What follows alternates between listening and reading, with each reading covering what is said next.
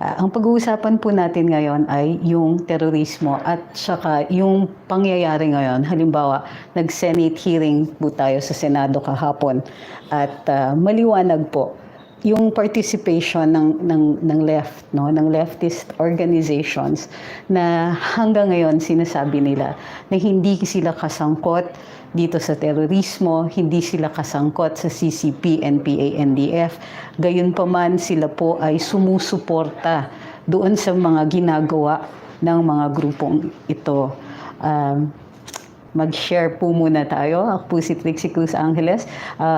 Please share this video kasi medyo malalim-lalim po yung tatalakayin natin ngayon and what it is doing.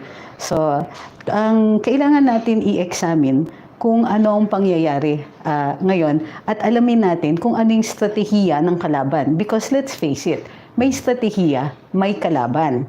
Diba? Teka, share muna natin. YouTube live ngayon. Oops. At habang nanonood din po kayo, sana ma-share na po ninyo itong video na ito. We can always discuss more about this later on. Pero, okay, let's start. Malaking bagay po yung terrorism na issue. Ang terorismo po ay kinoconsider ng United Nations bilang crime against humanity. Kokonti lang po yan, mga crimes against humanity, mabibigat yan.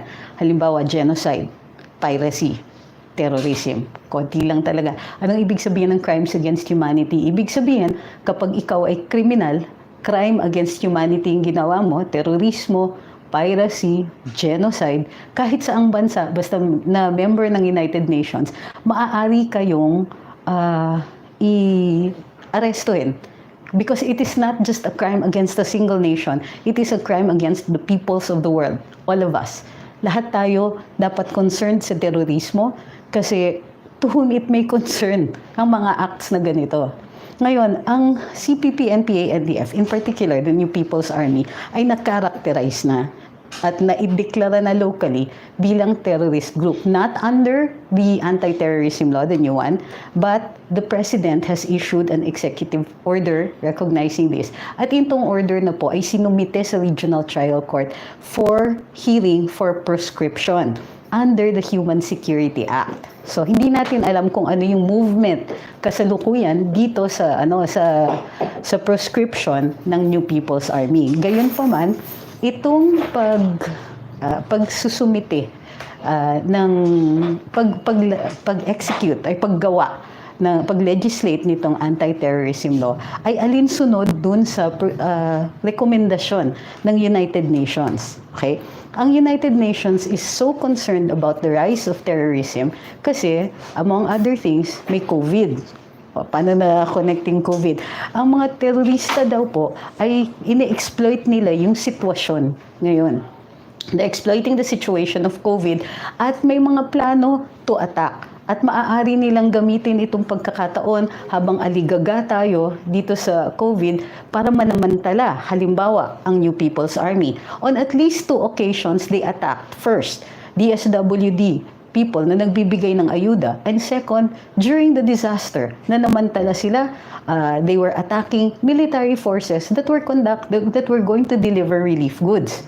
So, di ba? Maliliit pa lang na instances yan. Pero ang concern ng UN is that this could happen on a larger scale. May disasters tayo, may COVID tayo. Ang mga terrorist groups are just waiting for this opportunity. Kasi ang terrorism is also, yung mga terorista, they determine opportunities. Naghahanap sila ng pagkakataon na maka-attack to further their agenda, whatever that agenda is. Pero ang terorismo nga, di ba, like we said, this is not warfare. This is an attack against humanity. Kasi ang mga targets ng acts of terrorism aren't mere, aren't soldiers. They're not military na meron silang, they are aware that they are put in harm's way. Alam nila na ang buhay nila parating nakataya. O ang kanilang well-being, yung bodily integrity nila, parati yan nakataya pagka military ka. Pero ang tina-target most of the time is to whom it may concern. Di ba? Kahit minsan, military rin ang nagiging target, it's really sino yung dumaan dyan? Nasa checkpoint, hindi lang sundalo. Civilians, property, all of that, nadadamay because these people want to further an agenda. Gusto nila, in the case of our local terrorist group, the NPA, they want to grab power. And how do they do that? One, they create instability. Diba? Pag unstable yung gobyerno, walang peace and order, walang economic prosperity, hindi hindi tayo pursige. We cannot move on dun sa ating economic development dahil, one, kukunti rin yung hindi marami ang gustong mag-invest sa isang bansa na may na laganap ang terorismo. Diba? I'm looking at your comments. So, pagka in times of instability, may mga things that are easier to happen. Halimbawa, yung illegal entry of persons with national security implications, such as, but not limited to, terrorists, arms dealers, pedophiles, things like that. What else? During times of instability, they can create more instability.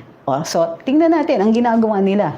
Yung tuloy-tuloy na walang humpay na pagbabatikos dito sa ating yung walang katuturang pagbabatikos dun sa government efforts to control COVID or to deal with COVID.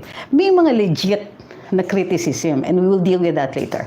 May mga legit na criticism that things about concerns nun sa PPE earlier on, yung concerns about yung mataas ang presyo dun sa mga gamot, yung matagal na approvals ng mga gamot, these are legitimate criticism.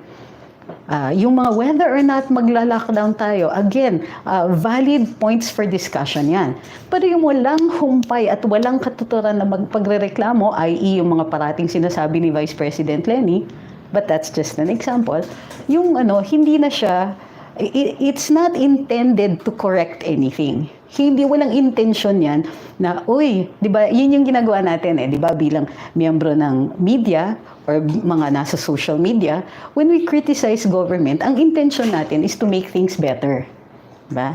Pero may mga tao dyan na ang intention nila para mag-criticize ay to destabilize, to para mabawasan yung trust and confidence natin sa gobyerno, maging highly politicized yung mga humanitarian efforts natin, at yung mga ganyan, it again creates more instability. Instability is the friend of our terrorist groups. Instability is something where the communist terrorist groups thrive. They want that. They want that so they can keep attacking us. Diba? Ayan. Naano natin. So, ano yung epekto nito? Yung valid criticism gets drowned out. Halimbawa, di ba, ang demokrasya natin, it works on a balancing, may balancing act yan. Government does things supposedly in the name of the people. Gobyerno, trabaho. Paano kung mali? Paano kung may concerns tayo sa graft? Paano kung may concerns tayo about, tama ba yung ginagawa nyo? Tama ba yung palisiyan nyo? Tama ba yung vision yung pupuntahan nyo? So, bibigay ng feedback ngayon ang taong bayan. Kasi bahagi tayo ng governance, di ba? So, mahalaga din yung opinion natin. Minsan, hindi masyadong informed yung opinion. Nevertheless, dapat nakikinig ang gobyerno natin. Yun yung nature kung bakit meron tayong media, kung bakit may social media na pinakikinggan naman, to be fair. Pinakikinggan naman. Pero, pag may mga grupo dyan na ini-exploit nila itong sitwasyon where we can validly criticize, i.e., tignan ninyo yung mga leftist groups na criticize, tapos hindi valid yung criticism, nanggugulo lang sila, hindi naman makatarungan, walang katuturan na yung criticism. Ayan, create sila ng stability. Tapos, hindi na babalanse yung gobyerno natin. Ang nangyayari is, sometimes, nakukonfuse yung issue, iniisip ng gobyerno, sino ba pakikinggan ko dito? Diba? Halimbawa, itong Duque resign, valid naman for the most part, di ba? Kasi marami sa nagsusuporta sa ating gobyerno do not trust Duque anymore. Pero pagka sumali na yung kaliwa at sinasabi nila, tama, tanggalin niya si Duque, napapadalawang isip ngayon yung gobyerno. Are they doing this to destabilize us? Are they doing this kasi alam nilang pinagkakatiwalaan ng Pangulo itong si Duque and therefore gusto nilang hubaran si Presidente ng mga taong pinagkakatiwalaan niya? Kailangan mag-iisip din ang gobyerno. Sino ba pakikinggan natin? O ano pa? May mga infiltrators din sa inner circle ng presidente. Mga tao na nagbibigay ng abiso. 'Di ba? Nagbibigay ng abiso na hindi tama. Halimbawa, meron tayong nabalitaan, isang di umanong research group na ang sinasabi parati, ang punteriya parati, yung view ng kabilang parlor. Di ba? So, nako-confuse ngayon. Paano yung checks and balances natin? Paano yung valid participation natin ng taong bayan dun sa mga decisions na ginagawa ng gobyerno natin? So, yan po ay isa sa problema na tinatahak nitong anti-terrorism drive natin. Kasi, ginagamit din ng mga how do you call this? Yung mga above ground, di ba?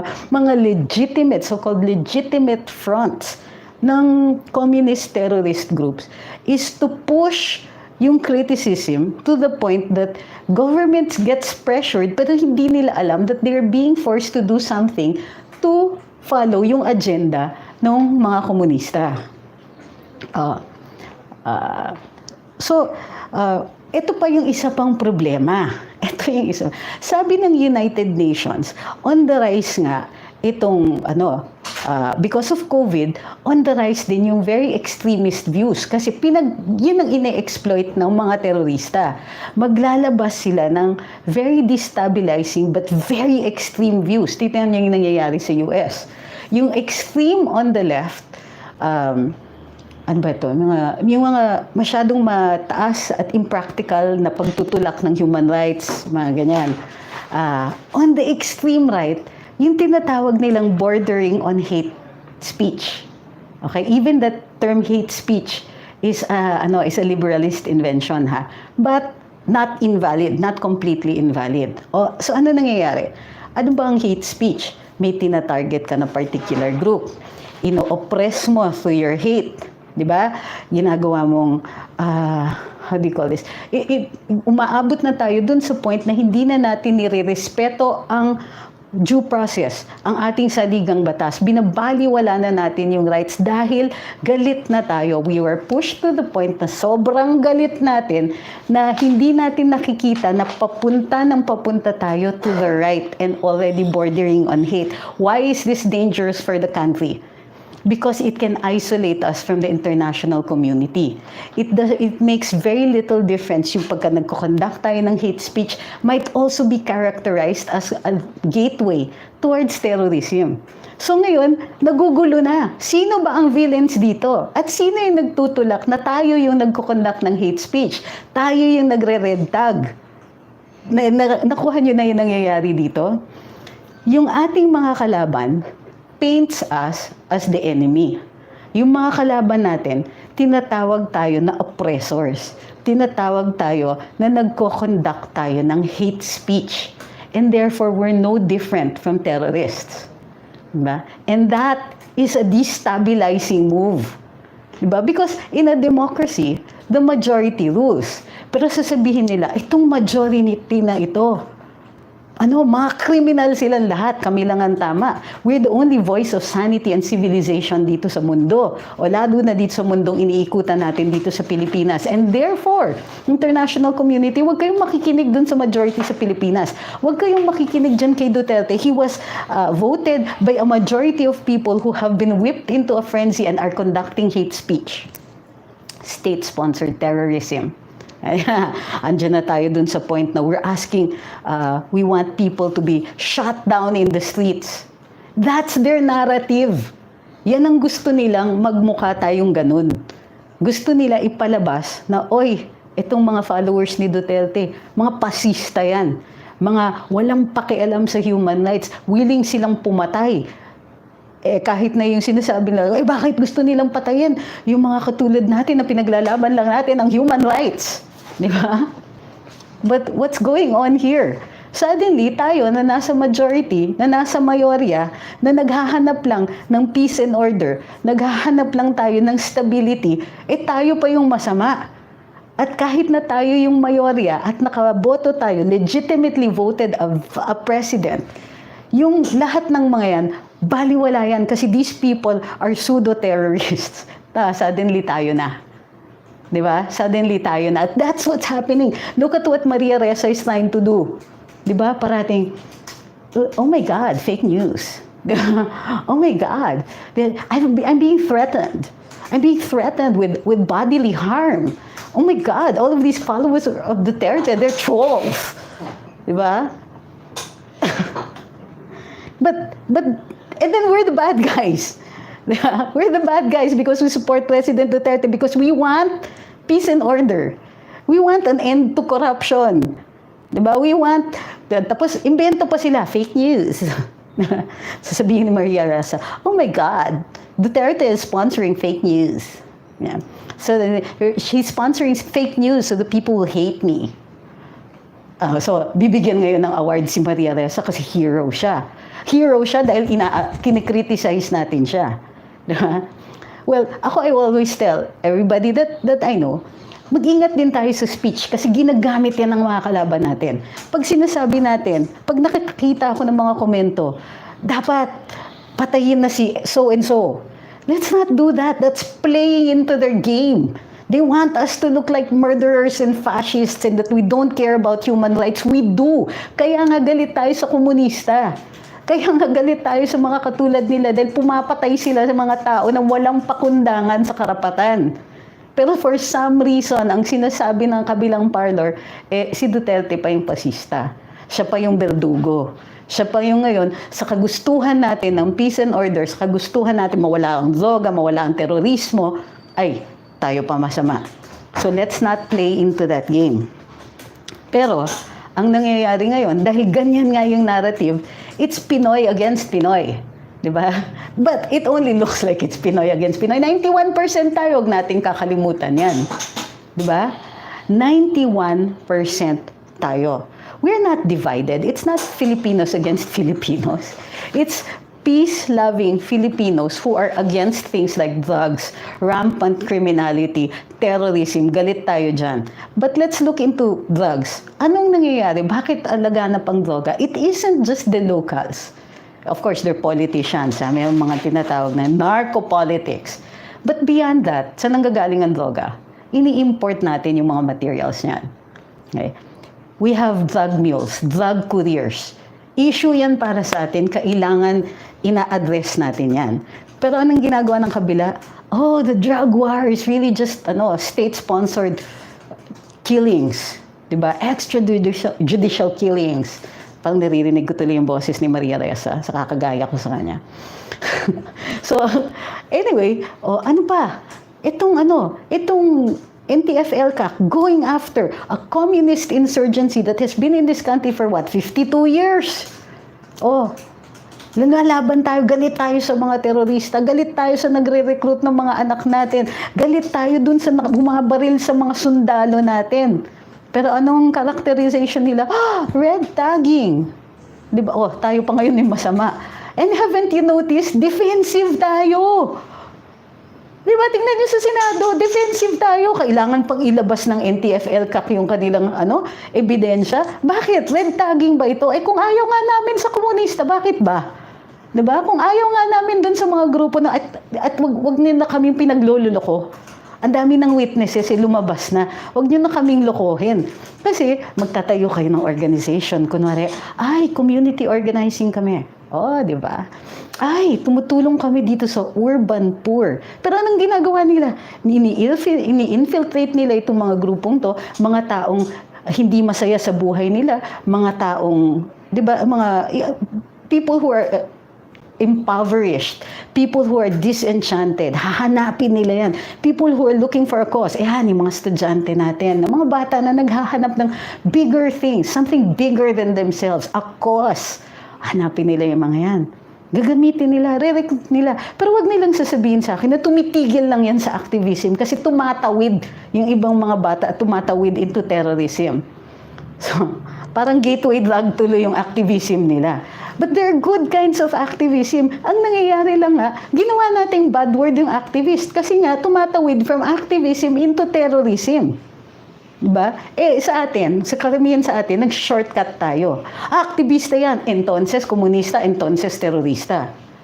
O so now, paano na yung mga totoong aktivista who are just trying to make things better? Kalaban na yan. Divide and conquer is a destabilizing move. A destabilizing move improves the situation for the communist terrorist groups. Okay.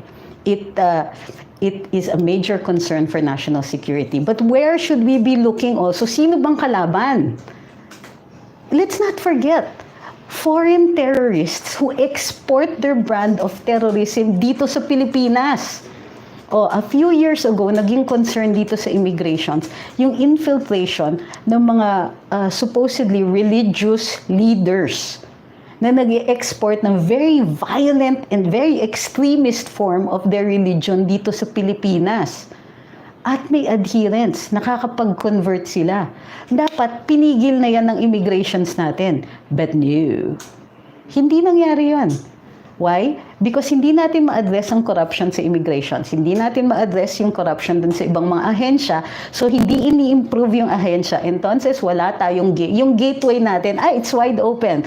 Well, kulang na lang welcome sign. Welcome tourists and terrorists alike. Diba? Sama na rin kayong mga pedophiles at saka mga drug lords. Because it's because I just recently found out na we virtually have no tracking system for aliens coming into the country.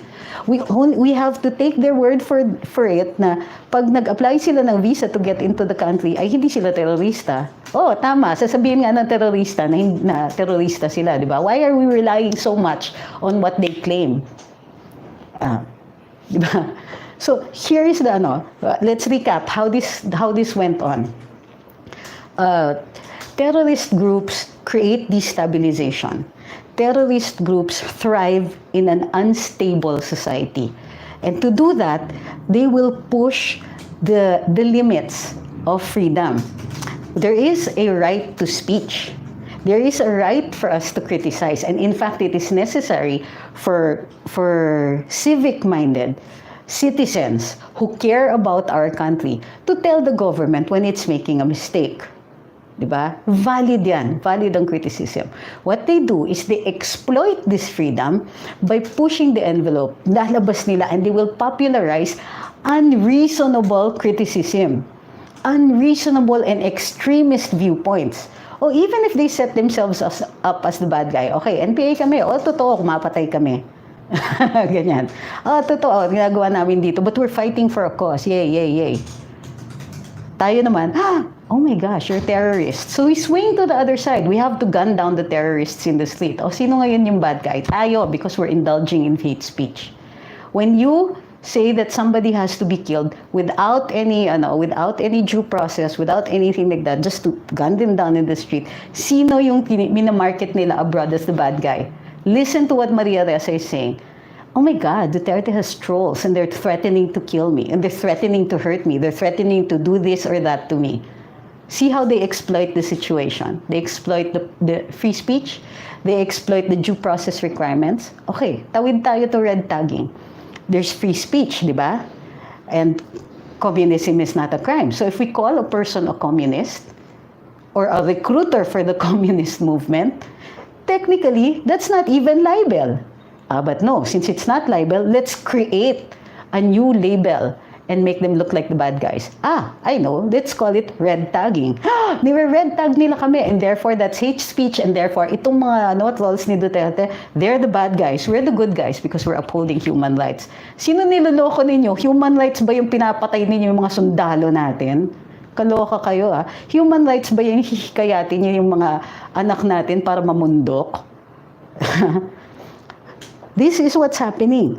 The government is unable to address the issues that are valid para sa ating mga ordinary and normal citizens na hindi kumikiling sa mga terorista. Hindi tayo napapakinggan dahil ang iingay nitong kabila. Diba? Dahil ang lumalabas, yung mga concerns, ex-EJKs, red tagging. Bakit naging issue yung mga yun? Hindi ba mas valid yung mga claims natin? Halimbawa, are there enough vaccines? Diba? Umaandar ba yung may sistema ba tayo to protect our frontliners? Yung mga valid na criticism, hindi naririnig. Tingnan mo nakakapag-Senate hearing on of all things, red tagging. Seryoso ba kayo? Imbento yan Imbento yan para, di ba, para ma-destabilize tayo. Ang problema, 91% tayo. But we still have to be careful. We have to be careful that we don't feed the monster that they're creating. Diba? We should remain vigilant about our own government, but at the same time to recognize yung mga efforts ng sarili nating gobyerno. Nire-recognize natin when they're doing the right thing, nire-recognize na natin when they're doing wrong. And to recognize also na may kalaban tayo. Ang mga kalaban na ito, communist terrorist groups because they destabilize our country. But they don't work alone. Communist terrorist groups require people working on the outside. Yung hindi nasa bundok, yung nandito sa baba, yung nandun sa Kongreso. Why? Because the best way to take down government is from within. Take it down. Diba? And what's the better way to do it than by doing that from the inside? So, nililegitimize nila sarili nila kasi, we don't use hate speech. We uphold human rights. Really? No, you don't. Diba? So, yung danger isn't that simple. It isn't as simple as ikaw terorista ka, ikaw komunista ka, and therefore ganito. What they're doing is far more, it's very effective by the way. Buti nga, ni-recognize ng UN itong terorismo. Nire-recognize ng UN na mag-create dapat tayo ng anti-terrorism law. So, hindi yan putok sa buho, The anti-terrorism law is in part a recommendation, a strong recommendation from the United Nations because terrorism is a crime against humanity. Pero, ang ginagawa ng kabila, para hindi matuloy, we're the bad guys. Diba? Understand the rhetoric, understand the speech here, and understand what is going on. And in the meantime, aligaga yung gobyerno natin at ang ina-address na problema, itong things like red tagging, imbis na inaayos nila yung immigrations para yung mga taong mga pedophile, yung mga terorista ay hindi nakakapasok dito sa bansa. Aligaga ang Senado. Tingnan niyo yung nangyayari sa Senado. Wow, nakatatlong hearing na on red tagging. Seryoso? Tapos meron pang mga issues na kung may ebidensya kayo, bakit di kayo mag-file ng kaso? Kayo kaya mag-file ng kaso? Kayo, mga supporters ng communist terrorist groups, ba't di kayo magkaso? Bakit di nyo kasuhan si General Parlade ng libel? Sige nga, game.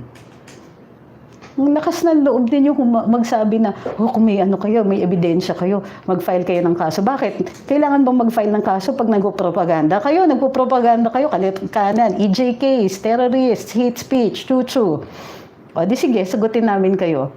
Sinabi ba namin kayo mag-file? Sige, kayo. Gusto nyo kasuhan? Sige, mag-file kayo ng libel. Sige nga. O maghanap kayo ng batas that says that what the NTF-LCAC is doing is illegal. Kaya nga nagsisenate hearing yan Kaya nga hindi yan naghi-hearing dun sa hukuman kasi walang batas that says that red tagging is a crime. But no, of course not. Hate speech yan. Really? Kaloka kayo. Tingnan ko nga yung mga ninyo. Mga comments. Parang naging rant, human rights is designed to protect high-profile criminals, sabi ni Teron James. No, not necessarily. It's not that simple, really. Kasi kailangan may proseso tayo. Hindi tayo pwedeng, ako naghihinala ako dito, pangit ang itsura nitong si X. Criminal siguro to. Sige, let's throw him in jail. Hindi. One of the human rights is due process. Diba? Hindi, kasi isipin mo na lang kung ikaw, napaghinalaan kang komunista, and then you get thrown into jail without any evidence. Gusto mo bang mangyari yun? Hindi naman siguro. Yung konsepto ng human rights means that regardless of the law, you are born na merong mga karapatan. Unang-una, the right to life. Hindi natin kailangan sabihin sa ating sa ligang batas na may karapatan tayong mabuhay, may karapatan tayong hindi patayin, 'di ba, in the street. Pero that is a human right. Ibig sabihin, pag sinasabi natin human right, ibig sabihin, from the time that we are born, there are rights that are inherent to every human being. Okay? Sabi ni Victor Tadeo, ang daming terorista, hindi lang NPA, mas delikado ang mga kosa nilang negosyante, politiko at iba pa. Nga, actually, we should consider parang economic crimes as crimes against the people. 'Di ba? Yung mga oligarchs dyan, o yung mga korporasyon that are so big that they can tell the government, ay sige, take over kami dito sa public utility na ito. Tapos, tutulong kami. Pero yung palang ginagawa lang nila, billing. Tapos, imbis na bumaba ang presyo at maging efficient in delivery ng services dun sa utility na yun, abay lalong bumagsak, pero lalong nagmahal. At ang yung mayaman lang, yung kumpanya. Diba? Allah, paano na yan? Diba? Tama, I agree with that actually. Pero ang tawag natin dun sa ganyan is graft, corruption. Kasi hindi mangyayari yan kung hindi nagkaroon ng corruption at some level. Isipin mo, bakit natin tinatanggap yung mga kontratang ganyang ka-onerous? Sabi ni Natalie Malpas, is Kulyamat lumad? If not, they are misrepresenting. Yes, she is indeed lumad. Talagang cultural community siya. There's no question about that. Sabi ni Kaho, may chance ba na mapatalsik ang CPP sa government? Well, if we do it right, kayang-kaya naman natin yan. But actually, we can't say kasi masyadong broad yan eh. Dapat, ang sinasabi natin, for instance, yung mga party list groups that advocate for crimes, advocate terrorism, must not be accredited to run for Congress. Diba? I-bar na natin sila from the start. Pagka nagre-recruit ka, you're engaged in acts of rebellion, you have been engaged in acts of terrorism, bakit namin i-consider yung candidacy mo? Bakit natin i-accredit yung mga organisasyon that are gateways to recruitment? Ang sagot dito sa party list isn't ban the party lists kasi nasa saligang batas, ang hirap kaya tanggalin yan. I-ban natin these particular groups, yung grupo mismo. Hindi yung batas. Kasi there are ways. Hindi tayo one-track mind eh. Kunwari, what we do is we set a goal. Ayaw natin dito sa mga particular na grupo na ito, kasuhan natin sa COMELEC. Patanggal natin yung accreditation. Kasi sunod-sunod yung ebidensya na nandun sa Senado. I mean, come on, you'd have to be blind. At the very least, there's enough evidence there administratively to file cases against these people or to at least remove the accreditation of these party lists. Kakabahan sila dyan. You don't ask the other congressmen to expel them from Congress. It's not gonna happen. Let's go to COMELEC and remove their accreditation. Tignan natin kung sino sa atin iiyak, di ba? Yun. There are remedies without having to go through extremes. They want us to go through extremes. They want us to indulge in hate speech para tayo yung bad guys. Sabi ni Pesto, do we already have a law that allows law enforcement to track movement of money? Yes po, sa anti-terrorism law. Para mas madali mahuli yung mga corrupt. Pero it's not applicable sa corruption. Applicable lang siya for terrorism. Tanong natin yung mga kongresista at mga senador natin, bakit hindi pa yan isa sa batas? Baka kasi mahirap na, di ba? Well, di ba? Let's hear other comments. Natutuwa ako dun sa mga komento ninyo. Hindi makakomment sa YouTube. Bakit? Sige, i-check ko po yan. Bakit kaya ganun? Anyari? Pero sige, I'm looking. Yung iba naman nakakakomento. Baka kailangan po mag-subscribe kayo dun sa Dapat nga po, sabi ni Nori Matako Jr., dapat nga po matapos ang mga yan hanggat naririyan sa lipunan ang mga makakaliwang grupo. Asahan po natin mas lalong lalala ang mali nilang pakikibaka hanggang saan at hanggang kailan. And you know what? These communist terrorist groups, they give activism a bad name. Kailangan nga natin ng mga aktivista so things can change. I was an activist for heritage, an activist for heritage conservation, for arts programs, going national artist si Ate Guy, and other causes like that. Diba? I was being an activist for a better military justice system. Ganyan. There are things in our society, things in our laws that need to be very changed. They needed to be changed yesterday, years ago. Hindi nangyayari. And people who make those changes happen, those are activists. Pero itong mga communist terrorist groups, tawagin ba naman nila sarili nilang aktivista? Excuse me. Diba? Suddenly, a good thing becomes a bad thing. Sabi ni Harleen Kayabyab, Ni hao. Watching sa'yo sa Karambola from Taipei. So sad po kasi hindi kami makabakasyon. Di nag-issue ng re-entry visa dito sa Taiwan. Oh no! Sayang. Sobrang bilis naman ng internet dyan. Nalate ako sa pag-view ng live. Sabi ni Christopher Suarez. Nasa ibang lugar ako. Hindi sa office. Pwede mong palitan ng leadership ng CHR. Parang inutil ang galawan nila. Actually, pwede. Hindi po kailangan i-impeach. Even if it's a constitutionally created body, pwede pong tanggalin. That's interesting, di ba? Sabi ni Christian Espiritu, buti pa dito sa live mo, mababati mo ako from Taipei. Yung nga, hindi ko binabati si Christian Espiritu. Sabi ni Mark Anthony Perez, teka, ikaw ba yung nag-birthday the other day? Naalala ko, sabi ni Ka Eric, trained sila magsinungaling, kaya siguro si Kulyama at ganun ang reaction niya sa pagkamatay ng anak niya. Pwede, but that's kind of, speculative right now. Kasi kung ako, kahit kunwari hindi mo nakikita yung anak mo, matagal na, masakit pa rin na mawala ng anak. Pero, iba rin kasi yung, yung communist movement, yung parang yung indoctrination ng iba, ibang level din na yung mga bata, na gusto mo, kidnapin mo, baba mo dito sa tapos yung katulad ng ginagawa nila sa mga kulto dun sa States, pinapalitan nila talaga, dinideprogram nila. Minsan parang ang feeling ko yung ibang mga na-recruit, gano'n ang kailangan gawin yun. Gawin natin sa kanila. Sabi ni Thick Walls PH, linaw, tanggol, Donya. Okay, talagang Donya. Talaga? Sabi ni Carl Andres Manlapus, pwede po ba tayong humingi ng military help galing sa ibang bansa para puksayin ng NPA?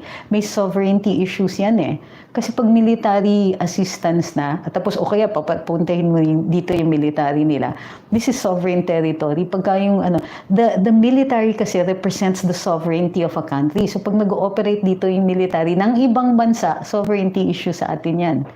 Nakakahiya rin yun. The matter of not just national pride, but national security. How do you know? Papapasukin mo, hindi mo alam kung mag-take over sila. Di ba? Simula nung umupo si Cory, nabulagan ang mga tao dahil noon pinakawalan ni Cory ang mga pinuno ng komunista kaya lumala yung problema. Posible. Kasi ang noon is to release all political prisoners. Wala po ata akong nabasa, sabi ni Pesto, sa mainstream media na nag-cover regarding doon sa isang post niyo sa Luminous nang umamin si Teddy Casino that activists are the recruitment targets of the CPP, NPA, NDF. Well, parang yung handshake nila yan Sabi ni Winnie Zaide, thank you for being so informative. God bless you always. God bless din sa inyong lahat. Alam niyo yung discussions, which reminds me, di ba? Dami nagsasabi, God bless yung mga komunista na yan. Again, it travels very close to hate speech kasi we can't, in the same way na may freedom of religion dito, there's also the freedom to not believe. So, our beef against the communists is their terrorism, not the communism. Kasi kahit si Harry Roque at kahit si Presidente sinasabi, hindi po krimen. At hindi masama maging komunista. Pero pag nag-ano ka na, may sandata ka na, bumabaril ka na, ibang usapan yan. Sabi, NPA ay kalaban ng pamahalaan. Kaya di bagay yung makabayan block sa Kongreso kasi kaibigan nilang NPA. Totoo yan. I agree completely. Like 10,000% kung may ganon. Sabi ni Kaho, bakit ang mainstream media pro-CPP, NPA, NDF? Kasi nga, the CPP, NPA, NDF, they blur the lines between activism and the, we want people to care about human rights. We want people to care about the Constitution and due process and all of that. Pero when you push it to extremes, you alienate people and that is their intention. Diba? Sabi ni Kim Dayaw, we better say bless you, NPA. Haha, nice one. Grabe yung sarcasm ninyo, ha? Sumusobra na kayo. But that's really, that's a good reaction, actually. So, yun. They are pushing us. We have to be aware that they are pushing us. They're pushing us to extreme levels, pushing us to the point where we want to just shoot them in the streets, which we should not be doing. Because that makes us the bad guy. It makes us the criminals. They're the criminals. Let's just remember, we are the good guys. Diba? Sabi ni Thick Walls PH, si Sec Bebot Bello nga, proud na komunista, pero dahil sa part niya sa government, productive naman siya. Precisely. In fact, it is one of those socialist, communist ideals to raise the level of the working class. Diba? Bigyan natin sila ng nararapat na sweldo, or, diba? Bigyan natin na nararapat na benepisyo. Kailangan living wage. Hindi pwede yung, sige, paumbunan mo ng ilang piso, okay ka na. Yung ine-expect mo magtrabaho sila until they fall down. Yung parang kinakabayo mo sa trabaho. Hindi, the idea of protecting and giving living wage to laborers was actually a socialist communist concept at the start, because during the Industrial Revolution, wala yung konsepto na yan. Wala ngang weekends eh. Tuloy-tuloy yung trabaho ng mga manggagawa natin. Di ba? Pero dahil sa kanila, naisulong yung ideya na yon. And that's not a bad thing. But what's a bad thing is when these same people who advocate for the protection of human rights are the same people taking up arms and violating that very right to human life. Diba? Hindi ba nila nakikita yung conflict dun sa dalawang ano na yun? Ay, we're pro-human rights. Ay, we're pro-justice. At tapos babarilin mo kami? Ano ba? Diba? Not good. Definitely not a good thing. Sorry. Patingin pa ng ibang mga ano. Sabi ni Glenn Codnita, thank you sa pag-educate sa public regarding issues affecting our society. Dapat talaga wala nang ma-elect mga terorista para matigil ng panduloko nila. Yes. And take note ha, they like to be, pagka wala na silang ibang depensa, anong gagawin nila? They'll get technical. Aba, kala ba nila sila lang ang marunong nun? Kaya nga nung nagte-technical sila, hala, ang military, ibinalanda yung katawan ni Juvelin Colyamat. Violation ng international humanitarian law. Excuse me, terorista kayo. And that's not just the violation of international humanitarian law. That is an act of terrorism and a crime against humanity, which means any country in the U.S., any citizen of any country in the U.S. should, be angry at you. Should reject you. And in any country in the world, you should be arrested. That's what it means to commit a crime against humanity. Hirit kayo ng international humanitarian law. Allah, di ba nung sabi sa Biblia, kung makapansin kayo ng puwing dun sa mata ng iba, hindi niyo nakikita yung laki ng nasa mata mo. Sabi ni Francis Cayetano, sa isang episode ng Tambayan, sabi ni Sir JP, bakit hindi nag-reflect yung sinasahod ni Congressman Elago sa salin niya? Kaya pala ayaw nila sa anti-terror law. Exactly. Di ba? Makahirit sila na hindi, wala kaming koneksyon sa CPP-NDF, NPA. Wala kaming koneksyon. Pero mega defend naman sila. Ay, wala pala kayong koneksyon. Why should you care? Because they take up your causes? Excuse me, while they're in the jungles, itong encounter, kung saan namatay si Juvelin Colyamat, anong pinaglalaban niya dyan? Ha? Seryoso, anong pinaglalaban niya dyan? Alam niyo yung hindi cold-blooded murder yan? Barilan yun eh. Ano yung dyan? How can you support this? Diba? How can you support the violation of our peace and order? How can you support an unstable society? Oh yes, because you want to take over. Because you want to grab power. It's as simple as that gets. Sabi ni Roldan Lanoco, kaya sana next election, suportahan pa rin natin ang manok ni Digong kasi alam ko mamimili din yan ng isusulong pa rin yung mga nasimulan niya. I agree. Bakit sinabi ni Defense Secretary Lorenza, sabi ni Mr. Big, na mali ang ginagawang pag-post ng mga sundalo sa bangkay na sinasabing NPA medic na si Jevelin Colyamat? Okay, tanggalin na natin yung konsepto na medic si Jevelin Colyamat kasi regardless, even if she is a medic, combatant siya on that day. Doesn't matter. Diba? Medic man o hindi, nakipagbarilan siya at kaya siya namatay dahil iniwan siya ng mga kasama niya. That's what killed her. Yung pag-posing, yes po, violation talaga. Meron talaga po sa 4th Geneva Convention.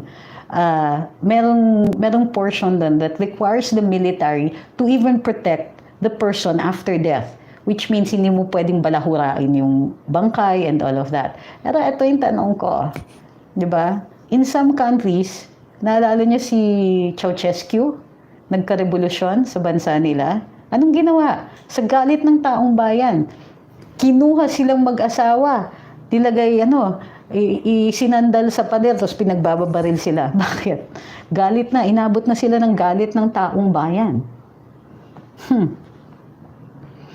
Sabi ni Mark Anthony Perez, siguro dapat ma-expose din yung mga taga-media na may link sa kanya. Yes, but as I keep saying, we have, ang tuwa lang nila maging victim.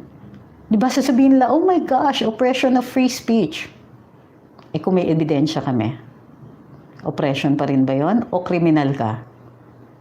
Diba? So that is why, importante yung due process na yan. So we're not the bad guys. Because if we're the bad guys, we're going to get isolated, which is what Maria Ressa is trying to do. Kaya sumbong ng sumbong abroad. Ito, ay, ganitong ginagawa sa akin. Ay, victim ako. Para i-isolate tayo, para isumpa tayo ng ibang bansa. Well, they tried, but it's not working.